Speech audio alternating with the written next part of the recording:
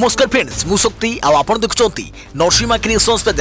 तो फ्रेंड्स आज वीडियो रे वर्तमान बड़ मुख्य खबर उपर नजर पकाइबा जहाँकि आपण माने समस्ते जानि रखिबा निहाती दरकार। तेबे कोन रही आज वीडियो रे वर्तमान बड़ मुख्य खबर आपण माने जानिबा पई वीडियो को शेष पर्यंत देखंतु जहाँद्वारा कि आपण माने डिटेल्स इंफॉर्मेशन पाई परिबे। एवं फ्रेंड्स ता पूर्व ए वीडियो गोटे लाइक करंतु जदि पारुछंती आपनकर सांग साथी मानकु वीडियो को शेयर करनतु।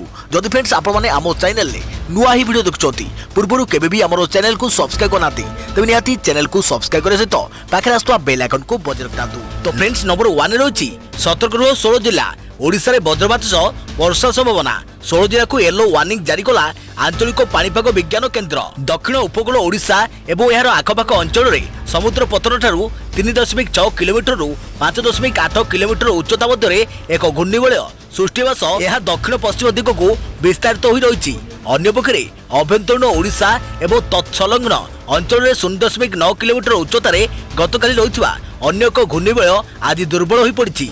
हेले यार प्रभाव रे आसंता 7 तारिख पर्यंत राज्य में प्राय अधिकांश जिले में मध्यम प्रबल वर्षा संभावना रही। आज अपराह्न रे भुवनेश्वर स्थित आंचलिक पाणीपाग विज्ञान केन्द्र पक्षरु जारी एक सतर्क सूचना रे कुहाଯାଇଛି।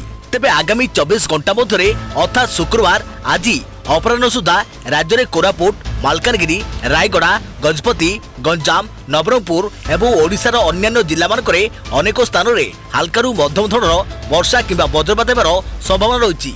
एथिसह एही समय मध्य राज्यर कोरापुट नवरंगपुर रायगड़ा गजपति गंजाम कंधमाल बलांगीर नुआपड़ा कलाहांडी बरगढ़ झारसुगुड़ा संबलपुर सुंदरगढ़ केन्दुझर मयूरभंज और भद्रक जिलार गोटे किंबा दुईटी स्थान में वज्रपात सह मध्यमरू प्रबल वर्षार संभावना रही दृष्टि 16 जिला आसंता 24 घंटा निमते येलो वार्निंग जारी करिछि भुवनेश्वर स्थित आंचलिक पाणीपाग विज्ञान केन्द्र। देखिबा परवर्ती खबर श्रीक्षेत्र में श्रीजीऊ को दुर्लभ सुनावेश कोरोना भक्त शून्य बड़दाण्ड टीवी परदारे महाप्रभु बड़तधाऊ बेश को दर्शन करिसेंती कोटी कोटी भक्त। श्रीक्षेत्र में चली श्रीजीऊ को सुनावेश बा बड़तधाऊ बेश कोरोना कटकणा भक्त शून्य बड़दाण्ड किंतु डिजिटल जरिया महाप्रभु को दर्शन करिसेंती कोटी कोटी भक्त। अपराह्न 4टा ठारू आरंभ होइतिबा सुनावेश नीतिकांति कटकणा भितर करिसेंती सेवायत। महाप्रभु को सुनावेश बाहुड़ा यात्रा रे श्रीजीऊ 3 रथ सिंहद्वार आगे लगे पर रथ उपरे चली श्रीजीऊ को सुनावेश। एही बेश रे महाप्रभु प्राय 200 केजी सुना अलंकार रे सज्जित होई दर्शन देइछंती महाबाहु। महाप्रभु को एही बेश को राजो राजेश्वर बेश बोली मध्य कह जायताय। सुनावेश दर्शन अपराह्न 4टा ठारू राति 11टा जाए चलीथिला जहाँकि अपराह्न 4टा रु राति 11टा जाए चलीथिला बोली श्रीमंदिर प्रशासन पक्षरु सूचना मिली। तेबे श्रीगुंडीचा और बाहुड़ा यात्रा भली आज मध्य भक्त शून्य रही बड़दाण्ड। घरे बसी टेलीविजन माध्यम महाप्रभु को एही दुर्लभ बेश देखिचंती श्रद्धालु। देखिबा परवर्ती खबर कहीं रेल लाइन पाखे थाए एभली आलुमिनियम बाक्स कौन यार काम किभली उपाय यह यात्री जीवन को सुरक्षा दिए जानतु। ट्रेन में यात्रा कला समय रेल लाइन पाखे थिबा एक आलुमिनियम बाक्स तो आपण निहाती देखिथिबे किंतु एही बाक्स कहीं रखा जाई थाए तार कारण कौन आपण जानिछंती कि एही बाक्स केउ प्रकार काम करिताए एवं यात्री को सुरक्षा किभली करिताए एही बाक्स भितरे कौन थाए एभली अनेक प्रश्न आपण को मन रे दिने ना दिने उंकी मारिथिबो निश्चय। एही आलुमिनियम बाक्स को एक्सेल काउंटर बाक्स कहा जाए। ट्रैक रे 3 ରୁ 5 किलोमीटर भितर एही बाक्स को रखा जाए। बाक्स भितर स्टोरेज डिवाइस होता है जहाँ सीधा सड़क ट्रेन लाइन सह जोड़ी होई रही है। यह ट्रेन रो दुई पार्श्वर चक को जोड़ी कर रखुवा एक्सेल को काउंट करता है। प्रति 5 किलोमीटर एही ट्रेन एक्सेल रो काउंट करता है जहाँद्वारा ट्रेन स्टेशन रू छाड़वाठू आरंभ करी पहुंचवा पर्यंत एथिरे सबु चक ठीक रे अछि ना नहीं ताहा जणा पड़े। जदि कोनोसे ट्रेन दुर्घटना घटे एवं ट्रैक रु गोटे किंबा दुईटी डब्बा अलग हो जाए तेबे ही एक्सेल काउंटर बाक्स एक्सेल रो काउंटर करिथाय। दुर्घटनाग्रस्त ट्रेन रे चक संख्या केते कम थिला ता सूचना देइथाय एही बाक्स। एहा द्वारा ट्रेन केउ स्थान रु एवं केउ कारण रु लाइन च्युत हैला किंबा डब्बा अलग हैला यार सूचना रेलबाई कर्मचारी को मिलिथाय। यहाँ पर रेलवे को दुर्घटना पर जांच करिया पई सुविधा होइथाय। तेबे किभली काम करिथाय एही बाक्स ट्रेन लाइन पाखर थिबा एक्सेल काउंटर बाक्स ट्रेन जीवा समय यार एक्सेल को गणिथाय एवं तुरंत यार सूचना आर बाक्स को पठाइथाय। आर बाक्सटी 5 किलोमीटर दूरतार थाए एवं सेही बाक्सटी समकाम करिथाय। किंतु एक्सेल रो संख्या गत बाक्स सह मैच न करिबा परे आगर थिबा एक्सेल काउंटर बाक्स ट्रेन को रेड सिग्नल देता जेतेबेले ट्रेन रो कोनसी डब्बा अलग हेबो सेतेबेले एक्सेल रो संख्या कम हो जिवो एभली स्थिति रे दुर्घटना को एड़ाइबा पई ट्रेन रोकिबा को पर्याप्त समय मिलता है। या छड़ा एही बाक्स ट्रेन रो स्पीड एवं यार दिगर मध्य सूचना देता है।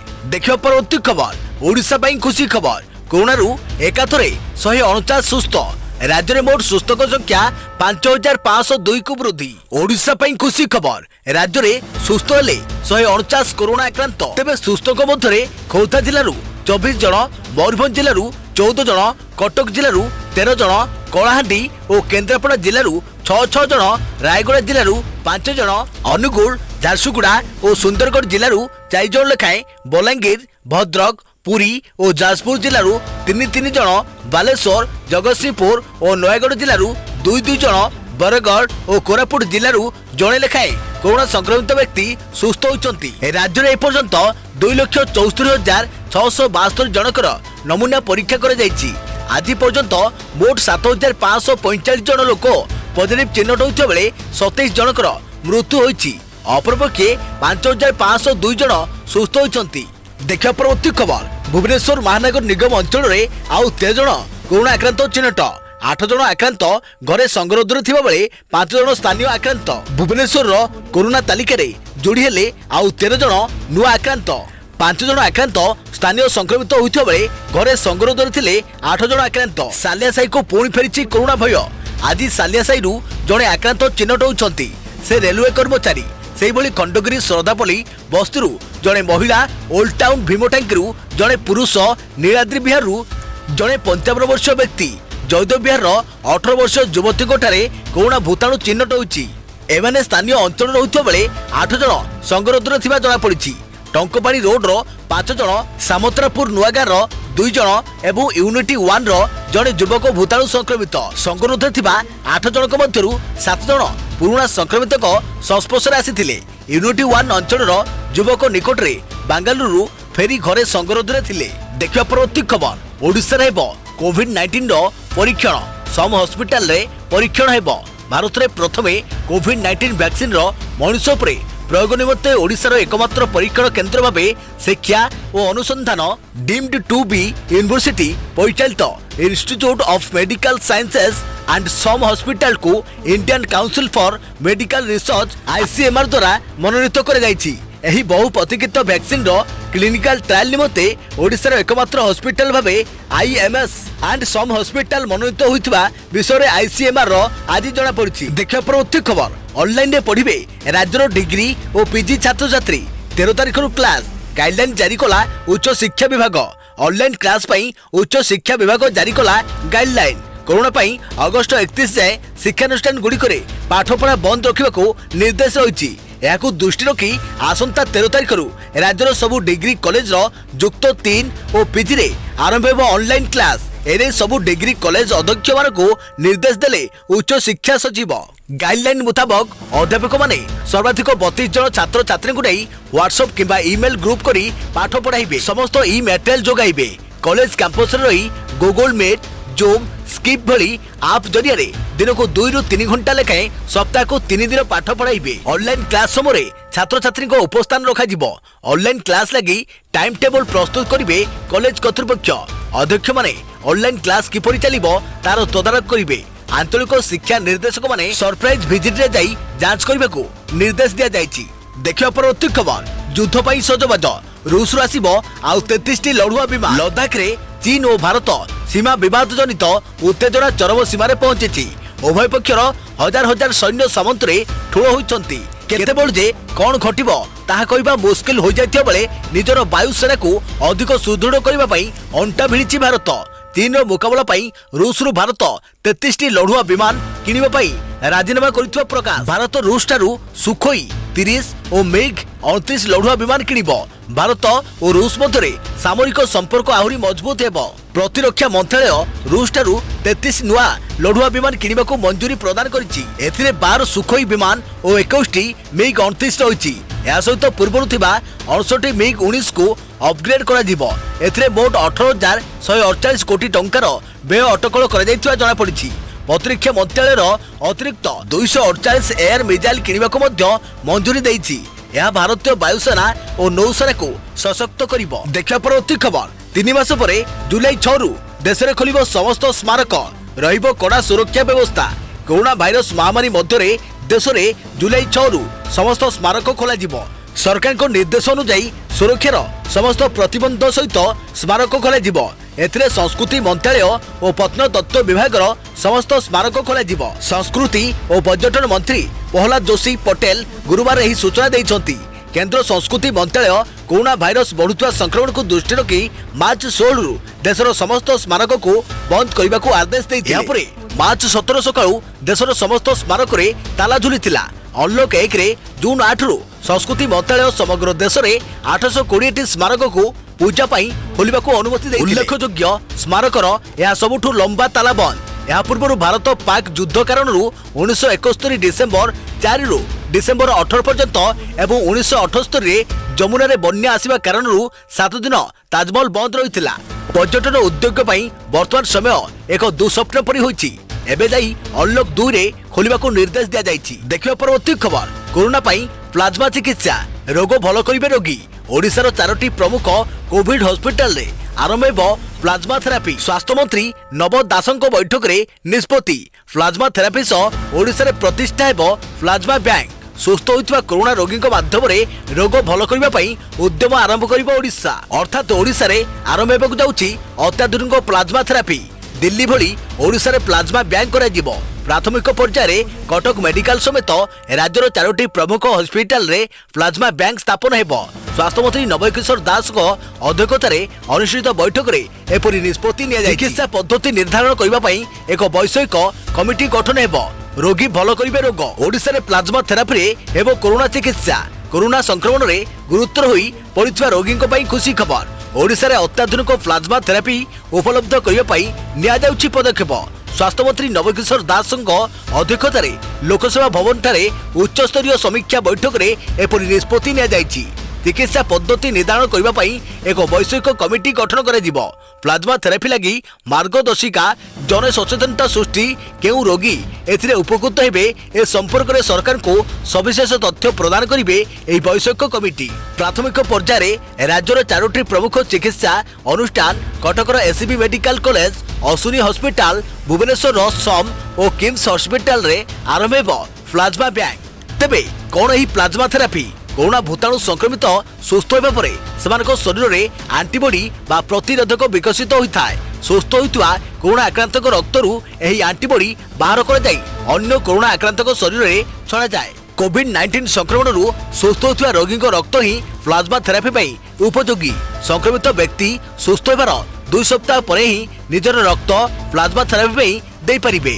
ରକ୍ତ ପାଇଁ ପୂର୍ବରୁ ତାଙ୍କର କୋଭିଡ-19 ପରୀକ୍ଷା 2 ଥର ନେଗେଟିଭ ଆସିବା ଜରୁରୀ ହୋଇଥାଏ। ଦିଲ୍ଲୀ ସମେତ କିଛି ରାଜ୍ୟରେ ଗୁରୁତର ହୋଇଥିବା ରୋଗୀଙ୍କୁ ପ୍ଲାଜମା ଥେରାପି ଜରିଆରେ ଚିକିତ୍ସା କରାଯାଉଛି। ଓଡ଼ିଶାରେ ଏହି ଅତ୍ୟାଧୁନିକ ଚିକିତ୍ସା ପାଇଁ ସ୍ୱାସ୍ଥ୍ୟମନ୍ତ୍ରୀ ନବକିଶୋର ଦାସଙ୍କ ଅଧ୍ୟକ୍ଷତାରେ ଅନୁଷ୍ଠିତ ବୈଠକରେ ରାଜ୍ୟର ବରିଷ୍ଠ ଡାକ୍ତରମାନେ ସାମିଲ ହୋଇ ସେମାନଙ୍କ ମତାମତ ଦେଇଥିଲେ। ଦେଖିବା ପରବର୍ତ୍ତୀ ଖବର କାଳିଆ ପରେ ଆସିଲା ବଳରାମ ଯୋଜନା। ଭୂମିହୀନ ଚାଷୀଙ୍କୁ କୃଷି ଋଣ ଯୋଜନା ପାଇଁ ନୂଆ ପ୍ରୟାସ।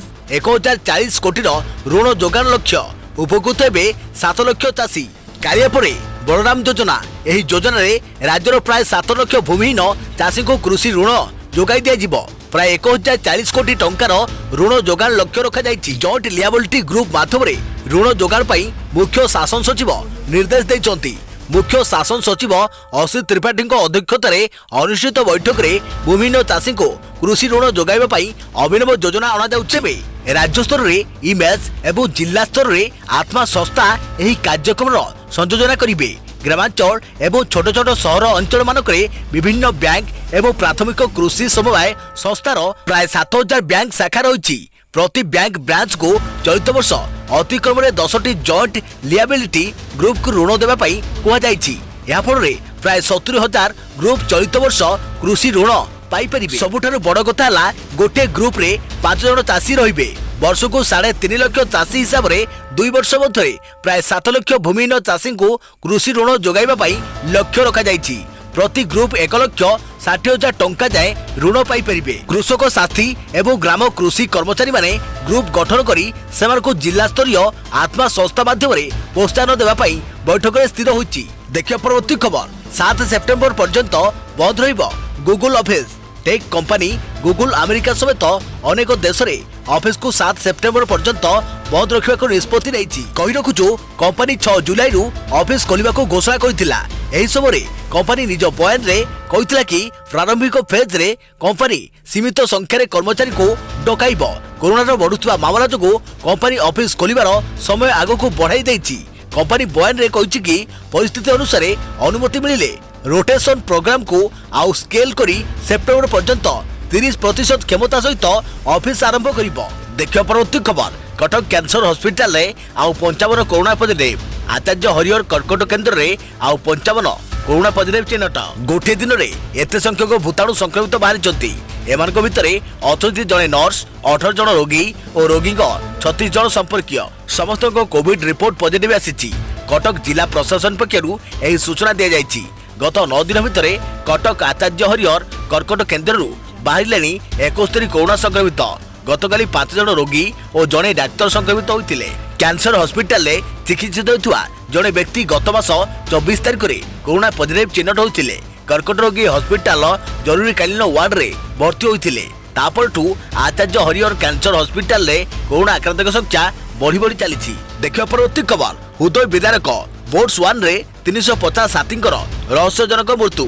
दक्षिण आफ्रिकार बोट्सवान रे 350 रु अधिक हाथींकर रहस्यमय ढंग से मृत्यु होईची।